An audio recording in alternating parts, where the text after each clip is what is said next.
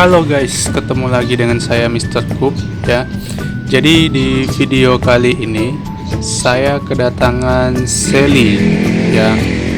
Kemarin-kemarin semua road bike yang saya kerjakan, namun saat ini saya kedatangan Sally. Jadi teman saya itu ingin Sally-nya di upgrade ya, jadi punya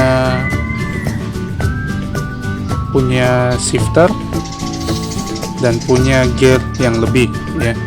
Jadi Sally-nya itu di sini adalah Sally United 3 Volt ya. Ini awalnya cuma single speed, cuma satu speed atau single speed. Jadi dia ingin untuk di upgrade, kalau bisa dipakai 10 speed silahkan ya. Nah, dia bilang di otak-atik saja ya. Tapi di sini setelah saya otak-atik ya, cuma bisa menggunakan 8 speed, sprocket 8 speed, kemudian di depan cuma bisa single chainring, kemudian ini untuk RD nya ya. Nah, tidak bisa, bukan tidak bisa ya, saya sudah coba untuk 10 speed namun tidak dapat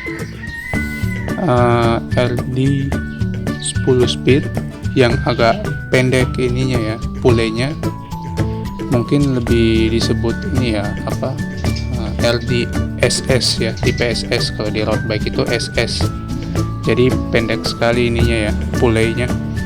Kenapa harus dicari yang pendek? Karena kalau misalnya di shift ke paling gede atau yang paling besar itu pulenya sudah nyentuh ke tanah ya, jadi makanya harus dicari yang lebih kecil. Oke, untuk spek di sini saya menggunakan spek crank Sally merek Driveline ya, Driveline 52 tit. Untuk RD nya menggunakan Shimano Altus M310 ya, jadi 8 speed M310. Untuk shifternya juga, shifternya sama, punyanya Altus M310 8 speed ya, 8 speed. Kemudian untuk rantainya di sini rantai, nah ini rantai KMC ya, KMC 8 speed. Dan untuk sprocketnya menggunakan sprocket Shimano 8 speed dengan gear yang paling kecil 11, yang paling besar itu 34 tit ya, 1134.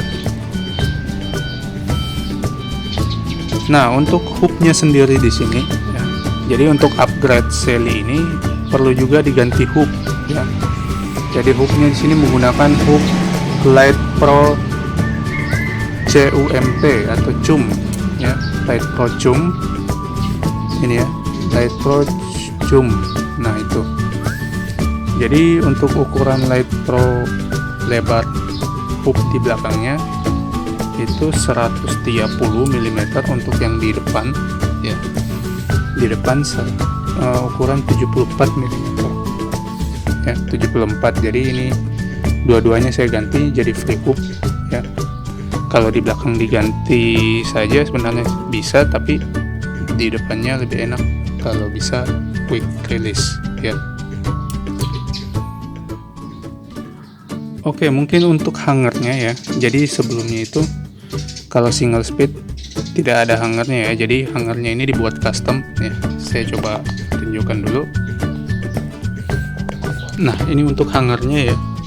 Jadi hangernya itu dibuat dari plat 3 mili ya, dibentuk sesuai dengan ininya, apa, bentuk dari fork belakangnya ya. Nah, seperti ini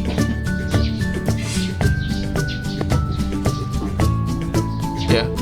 Kalau untuk gambarnya sebelumnya saya pernah buat ya, seperti ini. Saya pernah buat untuk ketebalan 5 mili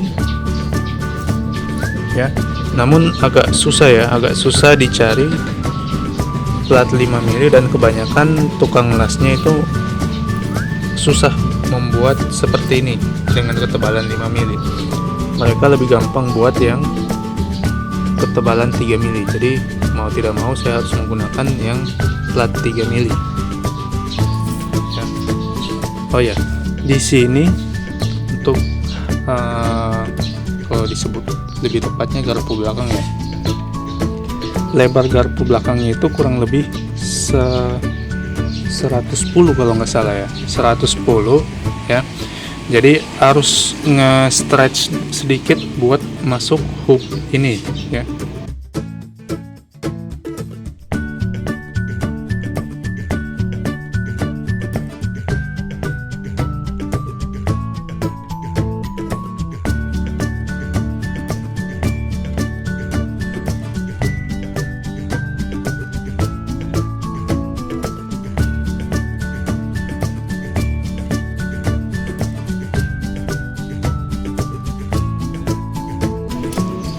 Soalnya hooknya itu berukuran 130 mm atau 13 cm ya.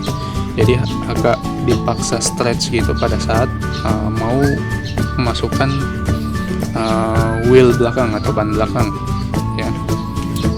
Jadi kendala pada saat upgrade itu harus mau nge-stretch fork belakang ya pada saat mau pasang ban belakang ya. Jadi ketika ban belakangnya dilepas, posisi forknya akan kembali seperti semula ya. Jadi agak susah dalam pemasangan ban belakang, tapi overall sejauh ini bisa ya, bisa.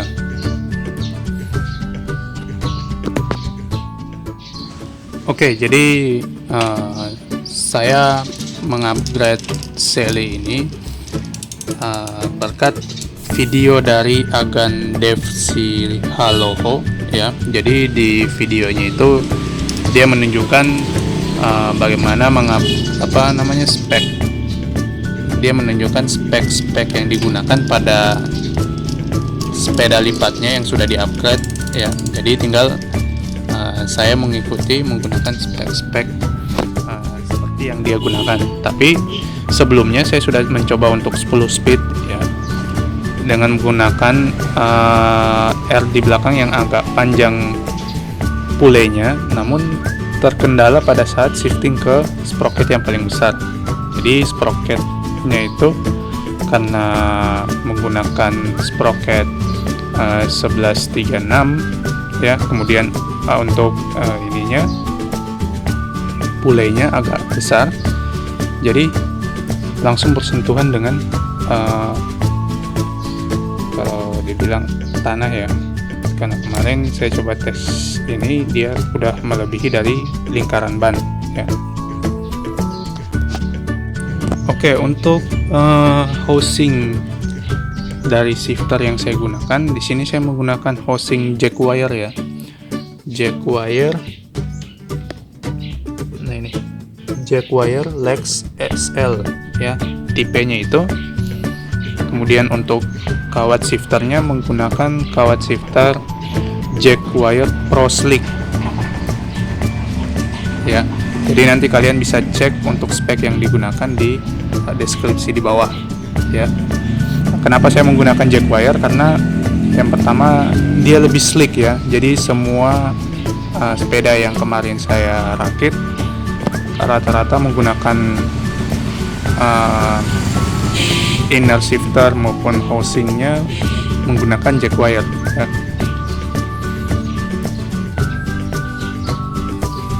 Nah ini ya kabel shifternya, jadi panjang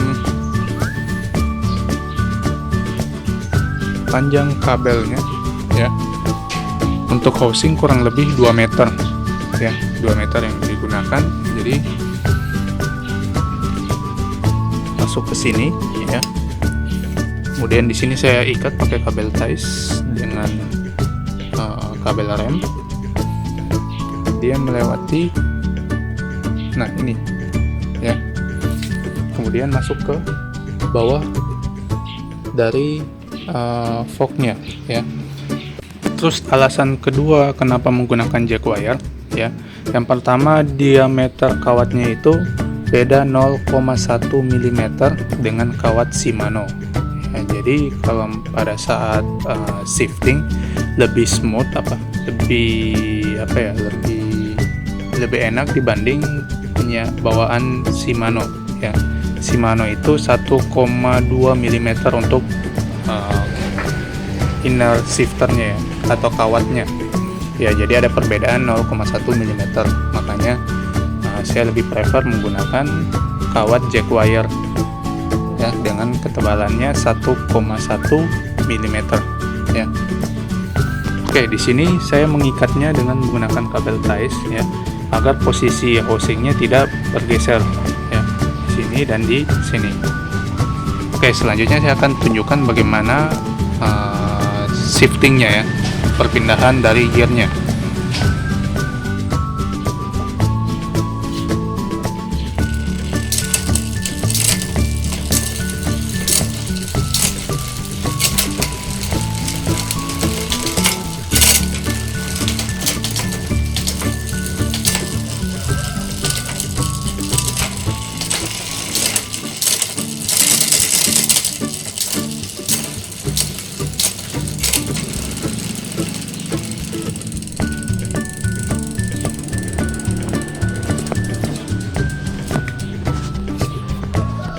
Oke, jadi ya di channel Agan Dev Sihaloho dia agak kesulitan untuk naik ke sprocket besar ya. Mungkin penyebabnya adalah kurang panjangnya hanger RD ya. Kalau misalnya kurang panjang bisa sering menyebabkan masalah susah naiknya ke sprocket paling besar, walaupun kita sudah setting di sini ya, sudah kasih kencang kawatnya, tapi kalau misalnya hangernya agak kependekan pasti akan susah naik ke sprocket yang paling besar. Nah ini dari video itu jadi saya buat sengaja di agak kasih panjang hangernya ya. Nah itu ya, jadi memang agak panjang ya, sehingga untuk naik ke sprocket besar tidak masalah lagi ya, jadi tidak ada problem lagi. Nah kadang saja kalau untuk shifting kalau misalnya agak susah naik, tinggal dikasih kencang kawatnya ya. Nah ini untuk hangernya memang dia tidak dilas atau tidak permanen menempel pada rangka dari fork belakang ya. Jadi dia cuma dicantolin atau hanya diperkeras oleh quick release dari hook ya. Jadi cuma hook saja yang menjepit ini. Tapi overall menurut saya sudah agak kuat ya, walaupun cuma dijepit ya.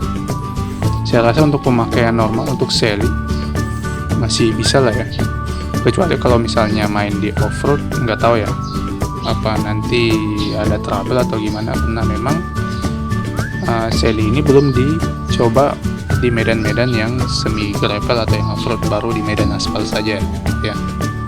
Dan tidak mungkin sailing ini dipakai di medan yang off-road berat ya, mungkin kayak gravel yang ya paling seperti itulah ya, gravel seperti itu.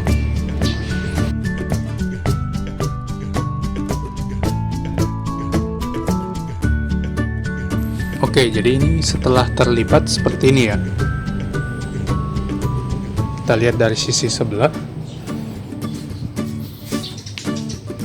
Nah, beda sama Agan Dev ya. Punya saya tidak berikan kawat lagi di sini ya, karena saya tidak sempat ya. Oke, saya coba cari bagaimana biar rantainya tidak terlalu terlipat seperti ini ya. Nah jadi kalau saya sih tidak masalah ya. Jadi pada saat melipatnya kembali menjadi full bike, jadi harus diatur kembali posisi rantainya ya. diatur kembali. Jadi untuk saya no problem ya. Nah ini untuk pedalnya bisa dilipat ya, semua masih standar ya, kecuali yang saya sebutkan tadi spek-spek ya, yang tadi itu yang sudah di-upgrade. Jadi sisanya itu masih standar ya. Oke, seperti ini posisi terlipatnya.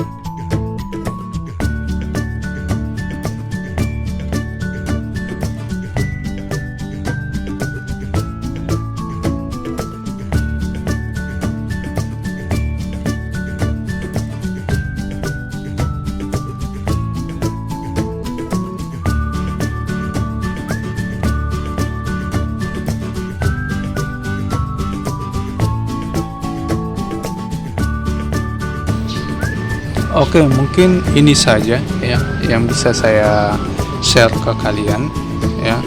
Nanti untuk spek lengkapnya bisa dilihat di deskripsi di bawah ya. Atau yang ingin tanya-tanya silahkan komen di bawah.